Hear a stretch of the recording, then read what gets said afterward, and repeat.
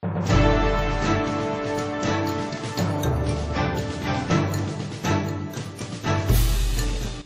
I'm Brandon House, and welcome to the Worldview Weekend Hour. Tonight I want to speak to you on the topic of the Islamic one-way bridge of interfaith dialogue. The Islamic one-way bridge of interfaith dialogue. My friends, it's been a few weeks since we've been back in the studio here because we filmed, as you know, 4 television programs with Usama Dakdak and Shahram Hadian on the James White Yasser Qadhi interfaith dialogue that took place here in the Memphis, Tennessee area.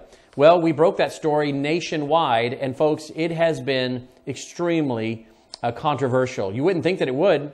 Usama, Shahram, and I never thought this would be controversial. Sitting with a jihadi imam here in Memphis, Yasser Qadhi, Muslim Brotherhood involved in the final solution of Adolf Hitler, a man who is I would say a Jew-hating, I believe, Holocaust-denying, Hitler-defending jihadi. I mean, we have him on audio talking about the Holocaust propaganda, as he calls it, that we have on audio. That Hitler really didn't mean to do that. Hitler's kind of been misunderstood. And not to mention all the things he has said, including recently, Linda Sarsour speaking at a conference here in the United States of America, calling for jihad on President Donald Trump. Robert Spencer of jihadwatch.org sent me a picture of Linda Sarsour and Yasser Qadhi together at that very conference. And so I could go into a lot more on Yasser Qadhi, but that's not necessary because we've done so much programming on him. So we never thought it'd be controversial to talk about a interfaith dialogue held by a minister by the name of James White with a man like Yasser Qadhi, but it has. And sadly, we even now have a well-known Bible ministry defending it, saying that it isn't something they would take part in, but then they go on to list the things that James White was trying to do, and their executive director says there's some things that are edifying from it because he gave the gospel. Well, he mentioned aspects of the gospel, but we cannot find where he gave the complete gospel, including calling the Muslims to repentance. So it's been very controversial. We've been called a lot of names on social media, but you know, this is what we signed up for. This is what happens when you earnestly contend for the faith once for all delivered to the saints. But it also shows us how late the hour is within evangelicalism, that when we expose something like interfaith dialogue with a jihadi imam, which is in clear violation of 2 John 9 to 11, despite the fact some are trying to rewrite what that passage of Scripture means, Ephesians 5:11, Romans 16:17, 2 Corinthians 6:14 through 17, all states that interfaith dialogues trying to find common ground is not biblical. So we never thought it would be all that controversial, but indeed it has been, but that's again okay. The fact that it's being defended by well-known Christian organizations, pastors, elders, not of mainline liberal churches, not of social justice persuasion, but of conservative, so-called conservative Bible churches and ministries, again, shows how late the hour is. So tonight, what I want to do with you is share with you on the Islamic one-way bridge of interfaith dialogue. There's a book that I ordered and read called Bridge Building to Nowhere. Bridge Building to Nowhere, written by Stephen Coughlin. It's subtitled The Catholic Church Case Study in Interfaith Delusion. And this writer, I believe, is Catholic, and he's saying, look, this interfaith dialogue thing does not work. And in here, he quotes on the very, page 8 of the book, he quotes a guy by the name of Syed Qutb. And I'll tell you a little bit about Syed Qutb here in a minute. But listen to what this Muslim, who's part of Muslim Brotherhood, said. Quote, "The chasm between Islam and the society of unbelievers is great.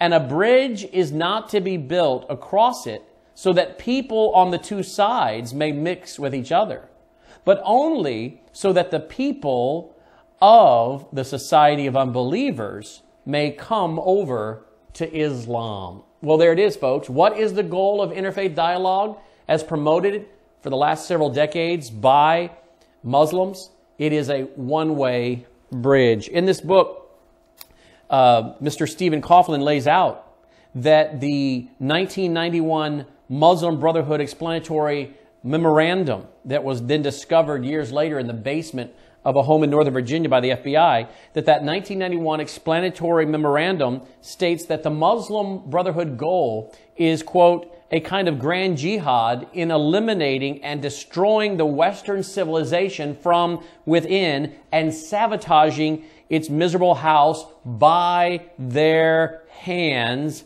and the hands of the believers, end quote. How are they going to sabotage America from within? By their hands, meaning by the hands of the infidels. We will get the infidels, Christians, Jews, Catholics, all of them, social justice warriors, interfaith proponents. We will get them to engage us in interfaith dialogue so that they can help defend Islam. They can help normalize Islam. They can get people to embrace Islam and thereby destroy their own country by their own hand. Folks, that is the goal of interfaith dialogue. Now, if you don't think that interfaith dialogue causes people to come to the defense of Islam, then you have not been paying attention to the Yasser Qadhi, James White interfaith dialogue controversy. Now, let me make it very clear. This whole controversy is not about Yasser Qadhi and James White. It is just a small example of what's really going on with interfaith dialogue. But what has happened now is that even so-called evangelicals, so-called conservative Bible ministries, and pastors and elders and Christians are now defending interfaith dialogue. They are calling those of us who are opposed to this, and we're doing this based on what the Bible says, as well as the national security position, that we are people who hate the Muslims. We don't want the Muslims to come to Jesus. We want the Muslims to go to hell. We don't have a love for the Muslims, and that is all a lie. In fact, if you love Jesus, you love the gospel, and you want the Muslim to come hear the gospel, interfaith dialogue is not the way you do it. But my friends, if the goal is to have Americans defending Islam, that's what interfaith dialogue has accomplished through the meeting of Yasser Qadhi and James White. Because what do you find all over social media? People defending what James White did in this interfaith dialogue and talking about how this is necessary. And this is now how you get out the gospel. No, it's not. It's how you normalize interfaith dialogue, which now causes people to say, I don't want to criticize Islam, because if you criticize Islam like House and Hadian and Usama Daktak and others, you get painted as a racist. You get painted as a bigot. You get painted as a hater. And so that is the goal of interfaith dialogue, to stop any criticism of Islam. CARE, the Council on American Islamic Relations, has openly stated that their goal of interfaith dialogue is to stop any criticism of Islam. Folks, who would want to take on Islam if they saw the way Usama Daktak, Shahram Hadian, myself, and others have been treated all over social media? We have been vilified beyond what you can believe. And who's doing it to us? Not just the Muslims, but so-called conservative evangelical Christians. The executive director of a well-known prominent Bible ministry. And you can read about some of this on our website at worldviewtimes.com. worldviewtimes.com. So if you don't think interfaith dialogue doesn't work and that it doesn't cause Americans to start defending Islam, you haven't been paying attention. By the way, this is my file on the interfaith dialogue. This is my file that I have now that is continuing to grow in my office on this whole interfaith dialogue controversy. But tonight, what I want you to come to understand is the very consequences from the interfaith dialogue that we started talking about in this studio with Shahram Hadi and Usama Daktak, in which we recorded 4 TV programs. It is the goal of the Muslims to create controversy and division so that people then will come together. Let me explain it this way. Thesis and antithesis. Idea, opposite idea. That's what's going on. Thesis and antithesis. Idea, opposite idea. These two ideas fight, fight, fight. And then people say, I'm tired of the fighting. I'm tired of the terrorism. And folks, when we start seeing more terrorism in America, like they have in Europe, more and more Americans are going to be open to interfaith dialogue because they're going to say, I'm tired of the terrorism. I'm afraid. I'm scared. I just want to get along. Can't we just all get along? Kind of a Rodney King moment. Remember Rodney King from the LA riots when he said on video, can't we just all get along?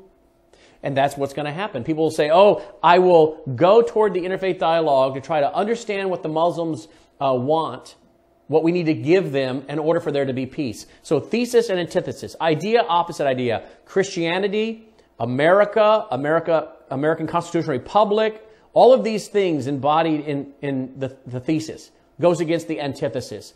Islam, Sharia. And they fight, fight, fight. No one's getting anywhere. Just more terrorism, more fighting, more people scared, more people unhappy, more people wishing there could be peace. And then all of a sudden, here comes option C. A and B fight. Nothing is accomplished. It's getting worse. Here's option C. What is option C? Merging of America with Islam. Merging of Christianity with Islam. Interfaith dialogue. How can we find common ground? How can we all get along? How can we not be afraid of each other? And what happens? People then begin to give up defending liberty, freedom, a biblical worldview, a constitutional republic. And who gets the upper hand? Islam. That's what they openly state in their books. That's what they openly state in their own literature, my friends. And yet, many people are not aware of what is happening. In fact, I want to talk to you about the man who gave that quote about interfaith dialogue being a one-way bridge. His name again, Sayyid Qutb. Let me tell you a little bit about him. He's written about on the website discoveringthenetworks.org. Qutb is commonly referred to as, quote, the father of modern Islamic fundamentalism, end quote. Along with Hussein al-Banna, who, by the way, is the founder of Muslim Brotherhood. Muslim Brotherhood is here in America. Islamic Society North America, that's a front group. For Muslim Brotherhood, CARE, that's a front group for Muslim Brotherhood. They're all tied in with Hamas, a terrorist organization. And Hussein al-Banna founded Muslim Brotherhood. And by the way, he worked with Hitler and the Grand Mufti of Jerusalem to exterminate the Jews. He is one of the Muslim Brotherhood's two greatest theorists. So Sayyid Qutb, who says interfaith dialogue is a one-way bridge to bring converts back over from, he is one of the Muslim Brotherhood's two greatest theorists. His writings can be found easily in Islamic stores across the United States of America. Well, let's also now talk about this book. Interfaith Dialogue, A Guide for Muslims. Interfaith Dialogue, A Guide for Muslims, written by two Muslim guys. And I would say it was actually written for Americans to read. It says it's an Islamic Interfaith Dialogue, A Guide for Muslims. But the way it's written, it's really, I think, written for Americans to read to make them think this is what Muslims are trying to accomplish. I think this is absolute propaganda.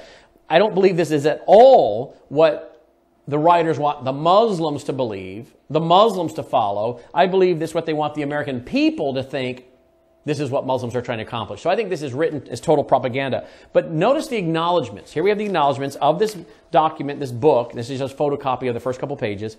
Interfaith Dialogue, A Guide for Muslims. And here's what the acknowledgment says. This guide is sponsored by the Conflict Transformation Grant, an interfaith project co-managed by the Fuller Seminary. Now let's just stop right there. The Conflict Transformation Grant. Isn't that what's going on, a transformation in America? You know, many times we've talked about the transformation that has come through the megachurch, seeker-sensitive church movement. I write about it in the book, Religious Trojan Horse. You have a church that's traditional, and then it starts into transition, and you notice something is changing, and then pretty soon the church has been completely transformed. Traditional, transitional, transformational. Traditional, church, it's then in transition, and then it's been completely transformed. It's not the same thing. It's now a seeker-sensitive, watered-down, pop culture, postmodern, quote, church, end quote. Traditional, transitional, transformational. Well, that's exactly what's going on in America. Traditional America in transition until it's been completely transformed. Isn't that what Barack Obama said, by the way? A fundamental transformation of America. Well, he did it, didn't he? He fundamentally transformed America in many ways. And many of the people I talk to in the military and in the intelligence community are telling me that the 8 years of Barack Obama prepared the battlefield for the enemy. I talked to someone last week in the intelligence community, and their biggest concern is They don't know who is here and what they have. They don't know who is here among us and what they might have. Did you hear this week about the Islamic professor in California calling for an intifada in America? You know what an intifada is? An intifada is a violent war. A violent war. I talked about it on my radio show yesterday with John Gondola, retired FBI agent in the counterterrorism division of the FBI. His organization is understandingthethreat.com. We carry his weekly 30-minute broadcast on our radio network. We asked him to start a radio show, and we carry it at worldviewradio.com. John Gondola, former FBI counterterrorism expert. And I asked him yesterday about this professor who is now openly calling in California. He's openly said that it is time for an intifada in America, a violent war, jihad. What happens when enough Islamic leaders call for an intifada? And by the way, this man should be arrested, I believe, in violation of the federal laws for inciting violence as well as to overthrow the government. But what happens when enough Muslim imams and clerics, both in America and around the world, call for an intifada in America? You know what they do? They all run to the mosque, according to John Gondola and others, including the writings of, the Quran and the Hadith. They run to the mosque, which is the armory, and they arm themselves up, and war breaks out, an intifada, a violent war. By the way, go look online, as I've told you before, and you'll see France has closed down between 100 and 160 mosques. And when they go in there, what are they finding? They're finding military-grade weapons. That's open source, folks. That's right on mainstream news websites. Just type in mosque being closed in France, or police finding military-grade weapons in mosque in France, and you'll see it. So now we have them openly calling for an intifada. We had two Muslims in separate times in California last week as well, calling for the elimination of the Jews, just to wipe out the Jews.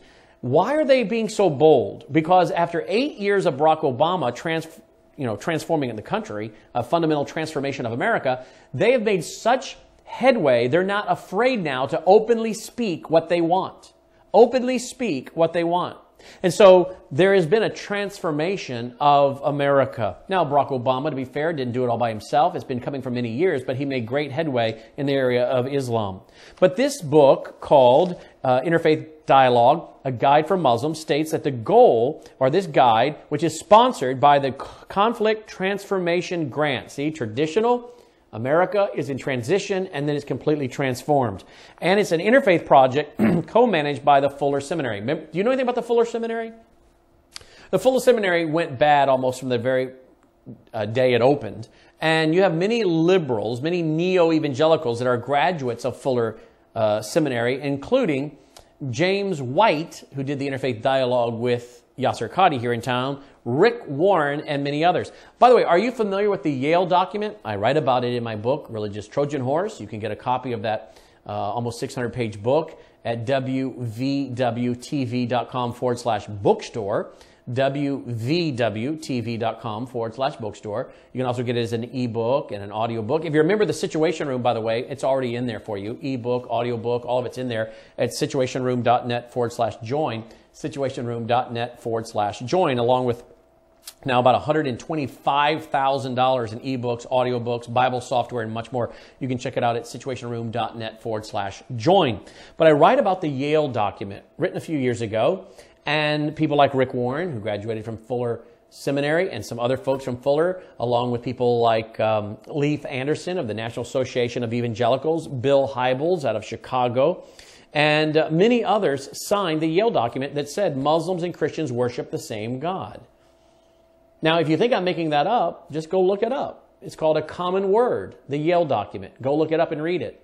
It declares, it is a document signed by Muslims and Christians, and it's a common word. It was actually proposed by the Muslims, and these so-called neo-evangelicals fell for the trap and signed a document saying we worship the same God. No, we do not. Allah is not the God of the Bible, and even Muslims don't believe that. They're just lying and deceiving the neo-evangelicals into believing that. They don't believe that Jesus was God, the deity of Christ. They don't believe that God became man. They don't believe in a personal God. They don't believe in the Trinity. So we don't believe in the same God. But they want you to believe we do because it's part of the interfaith dialogue, so they can co-opt you and make it so that anyone then who speaks out against Islam is being a racist, a bigot, a fundamentalist. And so notice again, this is put together by a group sponsored by the Conflict Transformation Grant, an interfaith project co-managed by the Fuller Seminary and the Salam Institute for Peace and Justice, a consortium facilitator with the Islamic Society of North America, ISNA. Now that's a Muslim Brotherhood group. It goes on to state that their goal, Muslim engagement with members of other faiths, particularly Christianity and Judaism, has bolstered by the Quran, always been an important component of the Islamic encounter with the other. Hence, although a relatively modern term, interfaith dialogue has in fact had a long and enduring history for Muslims, underscored by a spirit of genuine inquiry and respectful exchange. Really? When was the last time you saw Islam being respectful? I mean, we just told you the imams in California calling for the elimination of the Jews and a Muslim professor in California calling for an intifada in America, a violent war. The book goes on to say the primary role of interfaith dialogue is to remove misunderstanding and accept differences. So in other words, it's to have tolerance. Do you think the Quran is tolerant of Christians and Jews? No, it calls them all kinds of names, and it calls for their elimination if they don't submit or for them to pay a tax. Jews are referred to as pigs and monkeys. So Islam is not a religion of peace. They want the stupid Americans to believe it is and to have interfaith dialogue and be co-opted. The aim being to generate a climate of peaceful coexistence and harmonious social relations. Now again, that's what they say their goal is, but all it is to co-opt you, Remember again what Saeed Qutb said, quote, he's out of Egypt, Muslim Brotherhood guy. He's one of the great supposed scholars of Muslim Brotherhood. He said the chasm between Islam and the society of unbelievers is great, and a bridge is not to be built across it so that the people on the two sides may mix with each other, but only so that the people of the society of unbelievers may come over to Islam. So they're going to tell you how it's loving and peaceful and that you need to take part in it. It's all they're doing is co-opting you. That's all that's happening. Now, this document also goes on to state that it was also part of a project of the International Institute of Islamic Thought. The International Institute of Islamic Thought. This book was done in part by the Islamic Society of North America, Fuller Seminary, and the International Institute of Islamic Thought. Let me tell you a little bit about the International Institute of Islamic Thought, and you tell me if these are people you think you can find common ground with. This is an article from discoverthenetworks.org. It says that the International Institute of Islamic Thought was co-founded by Anwar Ibrahim, who strives to present himself to the West as a moderate, but who in fact is an Islamist, who promotes global Islamic rule based on Sharia law. You know what Sharia law is, right? And by the way, it's really just Sharia. You say Sharia law, you're saying law. But Sharia is the elimination of religious liberty, except for Islam, the elimination of freedom of speech, the elimination of Christianity, the outlawing of Christianity, punishments for those who speak ill against the Prophet Muhammad. It is women wearing burqas and hijabs, only showing their eyes. Women not getting education, women not driving. You can put your wife on a couch and beat her. I mean, we're talking about chopping hands off of people who steal. I mean, just go study Sharia in other countries. And that's what the goal of the founder of the International Institute of Islamic Thought is. But how do they get you to accept all this? By saying you need to be a tolerant person and let's come together and dialogue, and they co-opt you and they set the stage that anyone then who's speaking ill against Islam is a racist, is a bigot. And now what do we have? Well-known Bible conservative evangelicals saying, oh, Sharam Hadian and Brandon House and Usama Dakdok, they don't love the Muslims. They don't want the Muslims coming to Jesus. They hate the Muslims. They have a political gospel. You can't believe the lies that have been made up about us on social media. And this is by, again, so-called conservative, Bible-believing Christians, elders, pastors, and Christian ministries. They don't know what they're talking about. They haven't done their homework. They're ignorant. And what is being accomplished? Our miserable house is being destroyed. America is being destroyed by our own hand. Remember, that's what Muslim Brotherhood said their goal was in the 1991 Muslim Brotherhood Explanatory Memorandum, to get Americans to destroy their own house. And how are we being destroyed? Now we're fighting even so-called Christians, are fighting with each other and calling names to each other because why? Because we simply say, hey, wait a minute, you can't have an interfaith dialogue with a jihadi imam, with a Muslim. You can't even have an interfaith dialogue with Catholics or Mormons and find common ground, because these things do not mix. 2 Corinthians 6, 14 through 17, 2 John 9 through 11, Ephesians 5, 11, Romans 16, 17. And now what we have is such great confusion and division that it's going to make it very difficult going forward to warn the American people about what's happening. Because very few people now are going to want to pick up and do what Sharam has done, Usama has done and is doing, what I'm doing. Why? Because they see how we've been treated. Not by just the Muslims, where I've got Muslim jihadis tweeting at me, where I've got a Muslim guy coming into my Sioux Falls, South Dakota conference who's got 5 weapons and 1,200 rounds, including 2 semi-automatic weapons. But I'm now being ridiculed extensively by so-called Christians.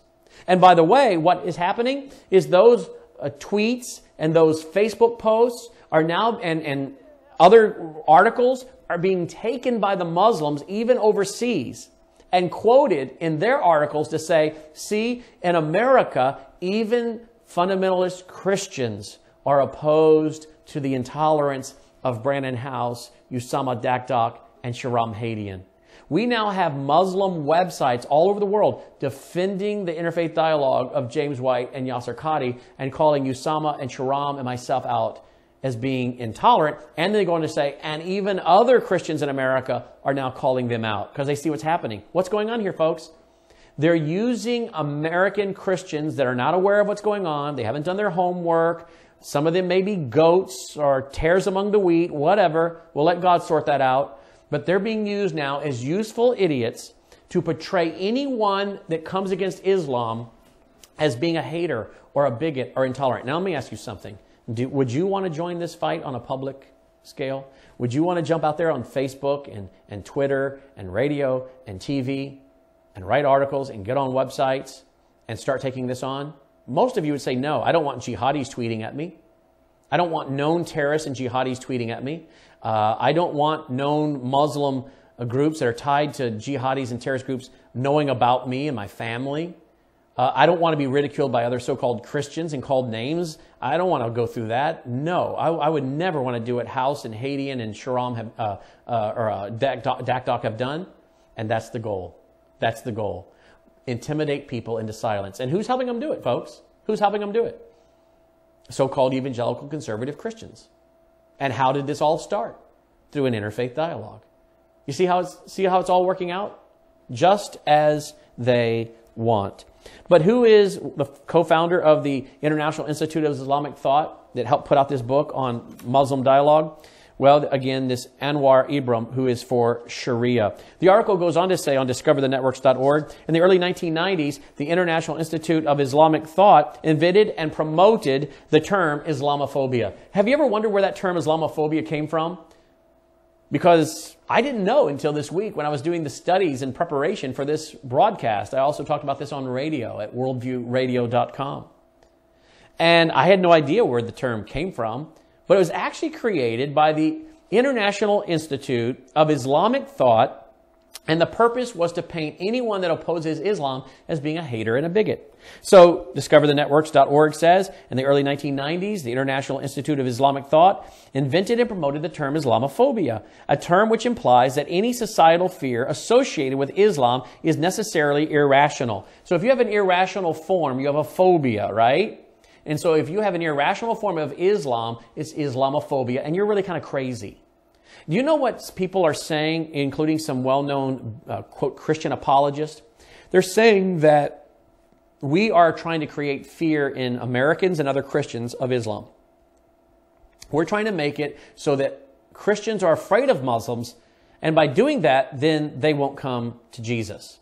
Well, that's really interesting because many of these people saying this are people that believe in what's called predestination or election. And the Bible says that we are chosen before the foundation of the earth. We were chosen. before the foundation. Those of us who are believers or those who become believers, God knew in advance and they were chosen before the foundation of the earth. And I'm not going to get into the theological discussions of that. I'm not a Calvinist, but I do believe in man's free will and election and predestination. Two sides of a coin. But I'm not a Calvinist. Many of my friends are, but I'm not. I believe in the doctrine of confluence or the doctrine of concurrence. So I do believe that we were chosen before the foundation of the earth, but I also believe, come, all you weary and heavy laden, come, and I will give you rest. But here we have these people who are hardcore in their belief of election and predestination, stating that what Usama and Sharam and Brandon House are doing is creating fear among Americans of Islam. Now Americans will be afraid to share the gospel with the Muslims, and the Muslims won't come to Christ. Wait a minute. If they're pre-chosen, if they are chosen before the foundation of the earth, guess what? They're going to come to Christ. If they are chosen before the foundation of the earth, that they are going to get saved, like my friend, former Muslim, now Christian pastor, Sharam Hadian, just like him.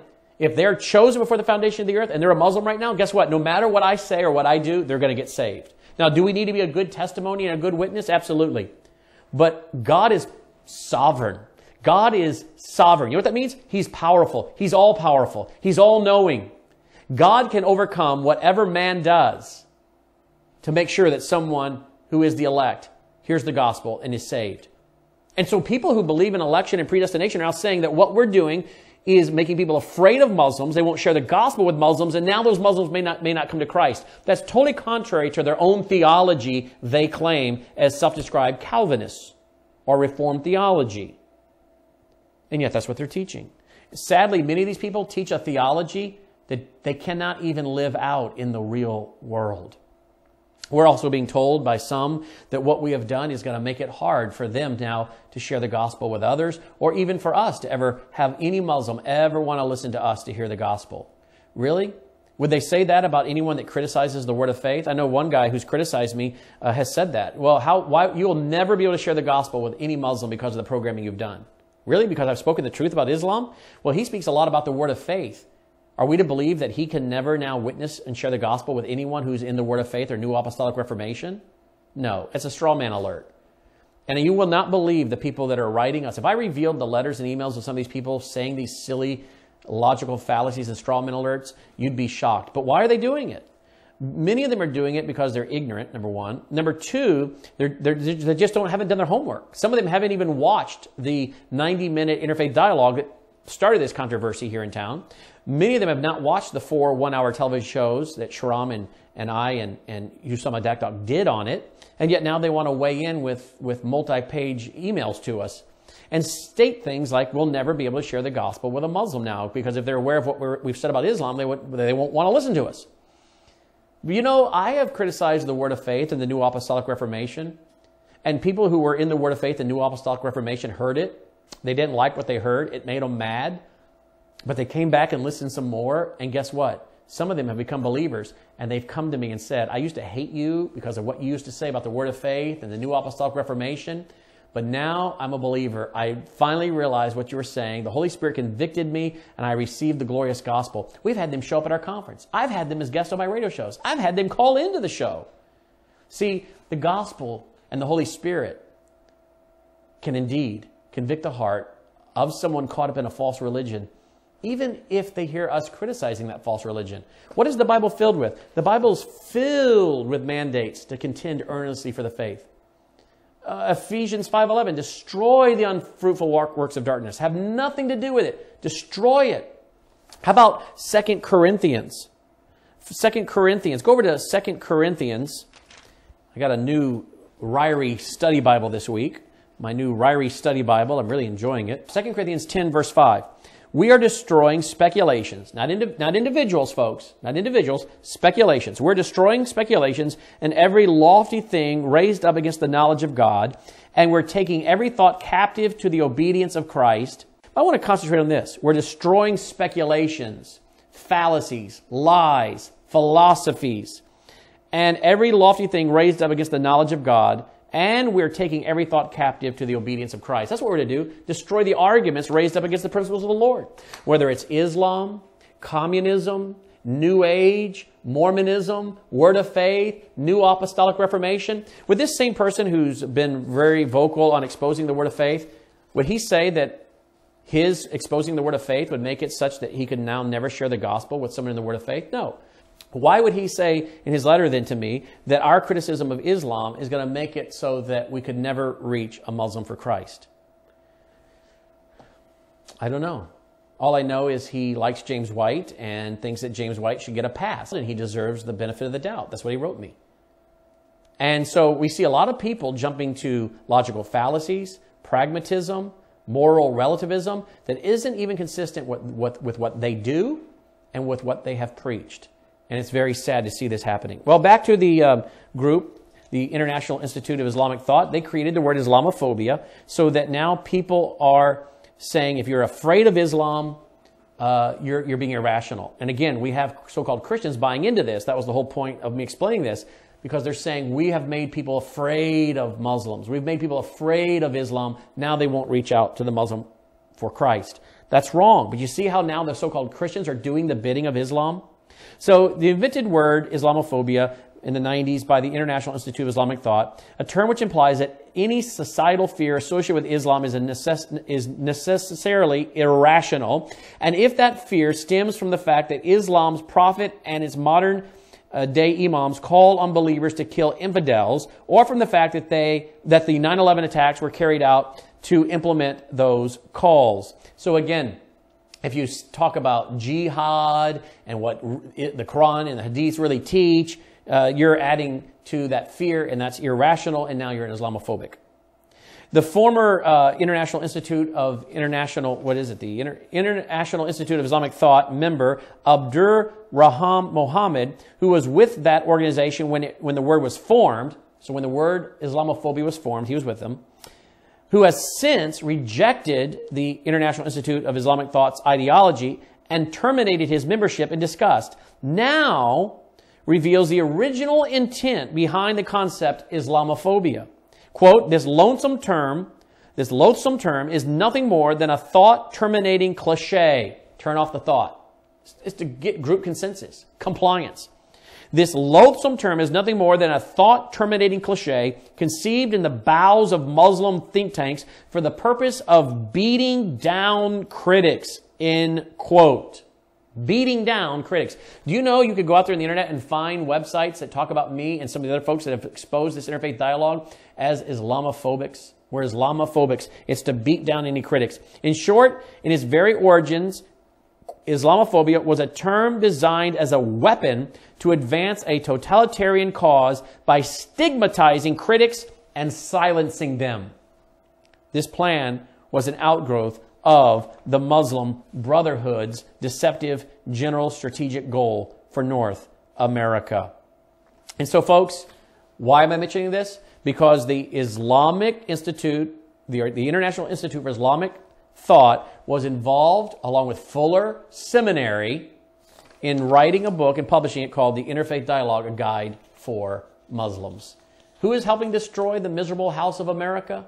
Americans, and now evangelicals and neo-evangelicals. Well, Discover the Network went on to say that the International Institute of Islamic Thought has numerous documented links to terrorism. According to court documents, in the early 1990s, the organization donated at least $50,000 to a think tank run by Sami al-Arian, the World Islamic Study Enterprise, which served as a front group for the Palestinian Islamic Jihad. The International Institute of Islamic Thought is also named as a defendant in 2 class action suits brought by victims of the 9/11 attacks.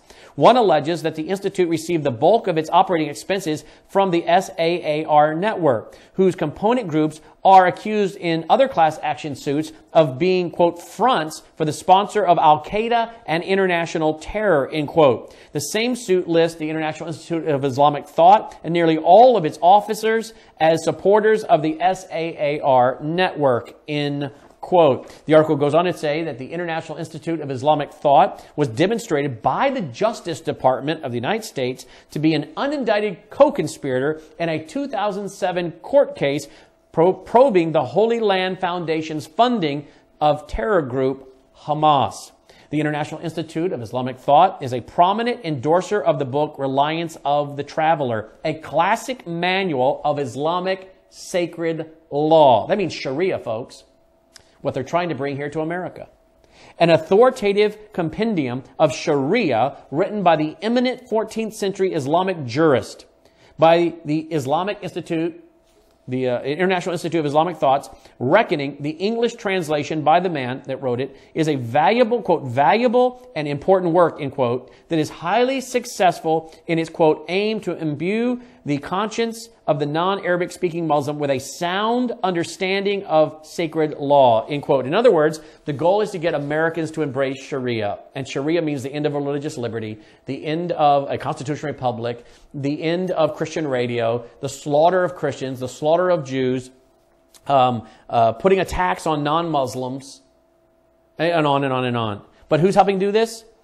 The International Institute of Islamic Thought, who helped Fuller Seminary write a document on interfaith dialogue for Muslims. Now listen to this. This is according to the Center for Security Policy.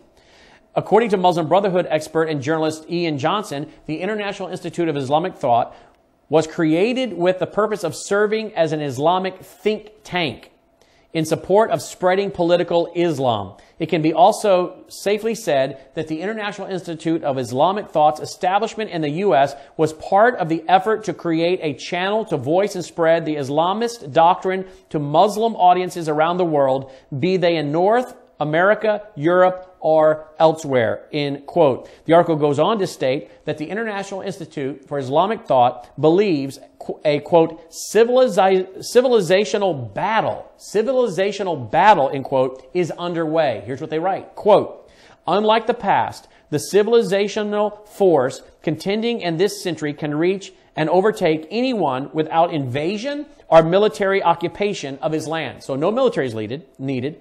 They can subvert his mind, convert him to their worldview.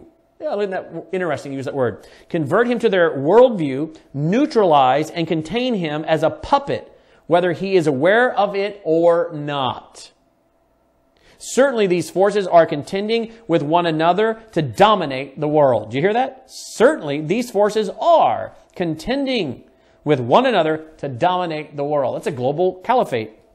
And it is the decision of Muslims today whether Islam will be the victor tomorrow, whether Muslims will be the makers of history or merely the objects. Indeed, a civilizational battle now in progress in the world scene will not leave anyone unscathed, end quote. You getting an idea, folks, of what interfaith dialogue is all about? It's a civilizational battle to steal the mind of Americans and to convert him to their worldview, him being Americans. Well, have you ever heard of the individual by the name of Abu Batal? Well, Abu Batal is he's a Muslim, and in 2002, he started an organization called the Interfaith Youth Corps. The Interfaith Youth Corps.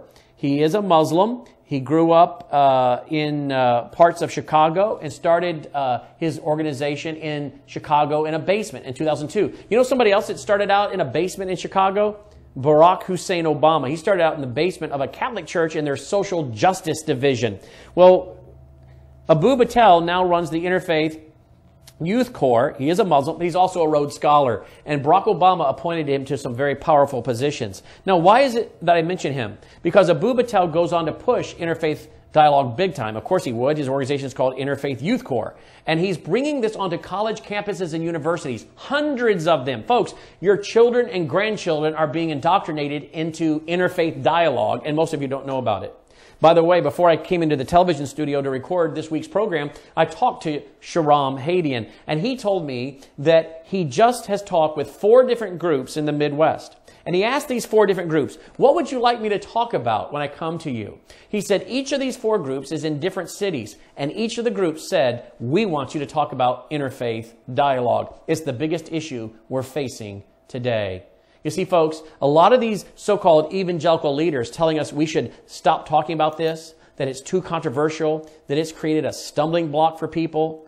Well, I would say, first of all, you need to get out of your ivory tower that's clearly covered with a bubble. These people, not only do they live in an ivory tower, they don't live in the real world, they live in an ivory tower, but it's in a bubble. They're completely isolated, I guess, from what's really going on in the real world. Because here are 4 groups in the Midwest that have said to former Muslim, now Christian pastor, Shahram Hadian, when you come speak to us, we want you to speak to us on interfaith dialogue. It's the #1 issue we're facing. 4 different groups, 4 different cities. They don't even know each other.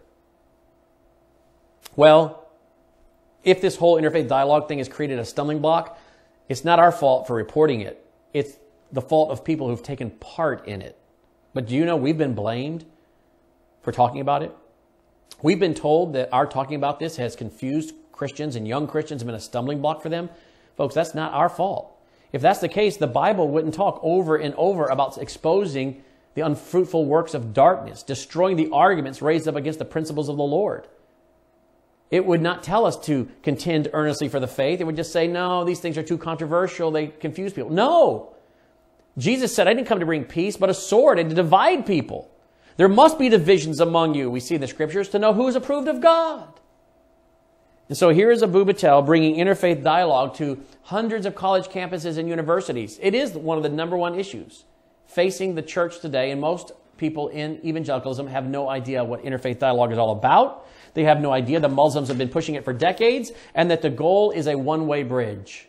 That the goal is a civilizational battle to capture the mind of the American and to take them away from a Christian worldview and to bring them to the worldview of Islam. It is to destroy their own miserable house with their own hands. Well, Abu Batel is also a Rhodes Scholar. Now, why is that important? Well, as I detailed in my book, Religious Reich, The Coming Religious Reich, John Ruskin taught at Oxford, and Abu Batel, who runs the Interfaith Youth Corps, went to Oxford and is a Rhodes Scholar. Bill Clinton was a Rhodes Scholar. I think George Stephanopoulos was a Rhodes Scholar.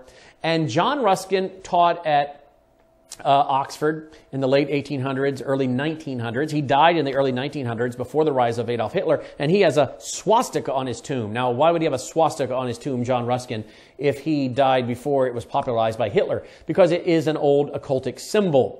And John Ruskin taught at Oxford, and he taught 2 men in particular. One, Sidney Webb. Sidney Webb and his wife, Beatrice Webb, went on to found the Fabian Socialist Society with many others like George Bernard Shaw and others. Sidney Webb, sitting under the teaching of John Ruskin. Sidney Webb, his wife Beatrice Webb, and others end up starting in the mid-1800s the Fabian Socialist Society. What's the goal of the Fabian Socialist Society? Bring all the religions together as one. How is that being done, folks? Interfaith dialogue. Interfaith dialogue between evangelicals and Christians, evangelicals and Mormons, evangelicals and Muslims is to create the We Are the World. I mean, I just keep waiting for Lionel Richie and Michael Jackson to break out with the song We Are the World. And that's the goal. And John Ruskin, who influenced Sidney Webb, works with others to start the Fabian Socialist Society. And George Bernard Shaw, I think in about 1910, creates the Fabian window, which I've showed you so many times, which has what? A wolf in sheep's clothing as their logo. A wolf in sheep's clothing. Now, who is one of the most famous Fabian socialists alive today? That would be Tony Blair. Tony Blair, and the former Prime Minister of Great Britain. What is he doing today? He runs the Tony Blair Faith Foundation. What's their goal? To bring the religions of the world together. Who sits on the advisory board and had him at his church and gave him an award? Rick Warren. Rick Warren, graduate of Fuller Seminary. Fuller Seminary helped to create this document with the International Institute of Islamic Thought, Interfaith Dialogue, a guide for Muslims. You're starting to connect the dots, folks? Well, not only did John Ruskin at Oxford influence Sidney Webb, who went on to help start the Fabian Society for really the creation of a world government, world religion, world economy. John Ruskin also influenced a guy by the name of Cecil Rhodes. Cecil Rhodes ended up starting Rhodes Scholarship. And what was the purpose of that? To send young people like Abu Batel, Bill Clinton, others, to Oxford to learn. Now, what are they going to learn? Well, according to Carol Quigley, and I detail all of this in my book, The Coming Religious Reich, some 600 pages, hardcover. You can get a copy at wvwtv.com/bookstore. wvwtv.com/bookstore. As Carol Quigley lays out in his book, Cecil Rhodes, Sidney Webb were influenced by their professor at Oxford for a world government out of Europe. A world government out of Europe. And Cecil Rhodes becomes very wealthy through his gold and diamond mines, the De Beers diamond mines. And he writes 4 or 5 wills, and the goal is that his money goes to fund young people to go to Oxford, to learn this worldview, and send them back into education, politics, public policy, economics, religion, journalism, and to influence people for world government out of Great Britain, out of Europe. That's what John Ruskin wanted. That's what he influenced Sidney Webb with. That's what he influenced Cecil Rhodes with. And now, folks, what do we see? The Bible says there will be a one world government, a one world religion, and a one world economy, and it will be what? Eurocentric. Folks, Bible prophecy is being fulfilled. How is that great harlot being created? Through things like the interfaith dialogue that says we just all need to get along. Can't we all get along? Can't we just all get along? And Abu Batel goes on to state in an article, Abu Batel, One Muslim's Vision for Interfaith Dialogue, that the goal of interfaith dialogue is religious pluralism. The article, which means all religions are equal. Well, no, they're not. Abu Batel started Interfaith Youth Corps in 2002, writes the article. From the humble settings of a Chicago basement, in just under a decade, Batel's vision to build religious pluralism has created interfaith dialogue and service projects on all 6 continents. And Interfaith Youth Corps has hosted delegations and trainings from 16 countries. Batel notes that while 99% of the world, quote, inclines toward tolerance and cooperation, end quote, a large portion of the remaining 1% are strong leaders and successful in their pursuit to discriminate and divide. Batel believes that if a larger portion of the 99% become leaders in their own communities, a better, stronger world will emerge. In other words, what he's saying, there's that 1% that are strong leaders and they're trying to create division. They pursue discrimination and divide. See, what does interfaith dialogue do? Interfaith dialogue, folks, gets people to compromise, group consensus. It gets people to say, I don't want to be called a hater or a bigot, so I won't criticize Islam. Because look at what's happened to House and Haiti and Usama Dakdok and these other people. Oh, no, I don't want that. So they don't criticize, don't say anything critical. It stops the criticism, stops the revealing of the truth about Islam. That's the number one goal. The second goal is to paint those that do speak against Islam as dividers, bigots, haters. So first, it's to stop the criticism by how? Painting people as bigots and haters. And then it is to get people to embrace Islam as being acceptable. So there can be now the voting for candidates to office who are Muslim, embracing the idea of the faiths coming together in interfaith religious services. And before you know it, what do they have? The upper hand. And it's not a two-way bridge. It's a one-way bridge. It is, as they said in their own document, the International Institute of Islamic Trust, to have a civilizational battle. Well, Abu Batel goes on to say, Batel, an Indian-born practicing Muslim raised in the suburbs of Chicago, utilizes the unique combination of his charisma, intellect, and passion for social justice to express his Islamic faith. Now listen to this, folks. Batel, listen to this. In many ways, his approach is steeped in the successful principles of community organizing promoted by another renowned Chicagoan, Saul Alinsky. He admits, Abu Batel, the director of the Interfaith Youth Corps, admits that he was greatly influenced by Saul Alinsky, a neo-Marxist, who dedicated his book, Rules for Radicals, to Lucifer. Folks, this is the merging of the Marxist and the Muslim. Remember me warning you and doing multiple programs on the Marxists and the Muslims? Well, here it is. A Muslim saying he was influenced by neo-Marxist Saul Alinsky. And folks, he's using interfaith dialogue to do this. Interfaith dialogue.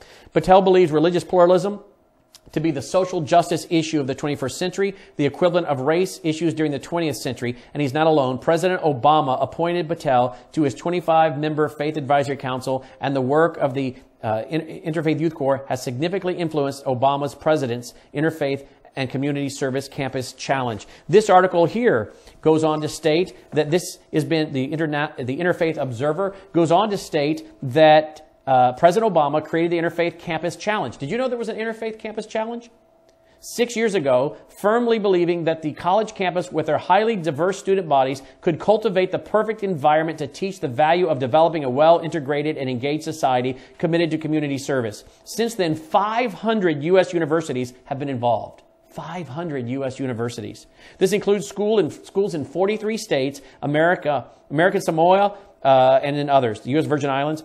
In 2015, the doors were open to universities from abroad, and now more than 45 countries have participated. Folks, we have more than 500 U.S. universities involved in this government program started by Obama for interfaith dialogue with a Muslim who is a Rhodes Scholar who is influenced by Saul Alinsky. Folks, finally, before we close, here is the Interfaith Network of Arizona.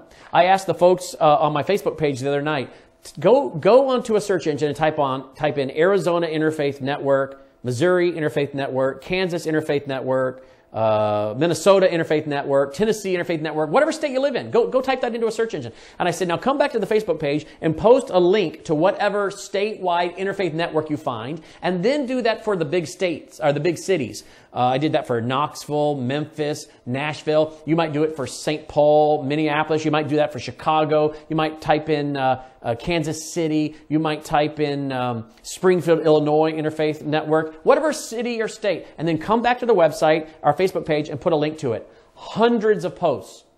What's the point? Interfaith networks are now so big, they're now involved in merging the Marxists, the Muslims, the, quote, faith communities for global warming, for hate crime legislation, which will silence Christians, for laws that criminalize and penalize people that speak against Islam. And who's doing it? The interfaith networks. Folks, you have no idea how this is one of the biggest issues of our day. And who's telling us we should stop talking about it? Who's telling us we've been divisive, that we're making it hard for the Muslims to come to Christ by doing these kind of programs and talking about Islam like we have? So-called Bible-believing conservative, so-called evangelicals. How in the world did we get to this? Now we have evangelical Christians, neo-evangelicals, the liberals, the conservatives, doing the work of the Muslims to destroy our own country. This has been the goal of Interfaith Dialogue, and they're being quite successful at it. Well, folks, there's a lot more that I could say, but we're out of time. If you appreciate what we're doing, I need to hear from you. We have not really had much of a vacation this summer because of the battle we've been involved in. In fact, some of the time I was supposed to spend away from the TV and studio and spend time with my family has been spent in the TV and radio studio because of all the programs we've had to produce on this. Folks, we make a lot of sacrifices to bring you these radio shows and TV shows. We need to know you care. We need to know you agree. We need to hear from you. Pray for us, number one. But number two, if you can financially support what we're doing, please go to our website at wvwfoundation.com and make a contribution. It is tax deductible. You can also send a check. You'll find our mailing address on that website, as well as a phone number if you prefer to give by phone. wvwfoundation.com. These are vital days. We're bringing you the information. I don't like asking for you to support us. I wish I had unlimited budgets and would never have to ask for a dime. But it's very expensive to produce these shows, the apps, the servers, the Roku channel, the bandwidth, to fly the speakers in. We just started a brand new TV show this week with Dr. Andy Woods. We flew him in, paid for his airfare, put him up in a hotel. We don't charge these guys a dime to produce their shows. And so now we've got a brand new show at wvwtv.com with Dr. Andy Woods. All the radio shows, all the TV shows, the new radio show of John Gondola, the former FBI counterterrorism expert. You'll find that at worldviewradio.com. All of this is because we do this. And most of it is made available to you for free. Now, it does roll over into the Situation Room after a few weeks, and you can join that at situationroom.net/join. But we always make it available for free. And if you agree with what we're doing, and these programs we make available for free, and all these guys we fly in and produce their shows and put them out there, we need to hear from you. Do you know of many more groups like us? Do you know of many groups saying what we're doing? Do you know of many groups that spend the hours studying this issue and going through these kind of documents and reading them and then bringing it to you in layman terms? Folks, if you value what we're doing, we need to hear from you. Please go to wvwfoundation.com and make a tax-deductible contribution now, or you can get our mailing address and send a check, wvwfoundation.com. Thank you so much for partnering with us. And again, please tell your friends about the program. And till next time, I'm Brandon House. Thank you for watching. Take care.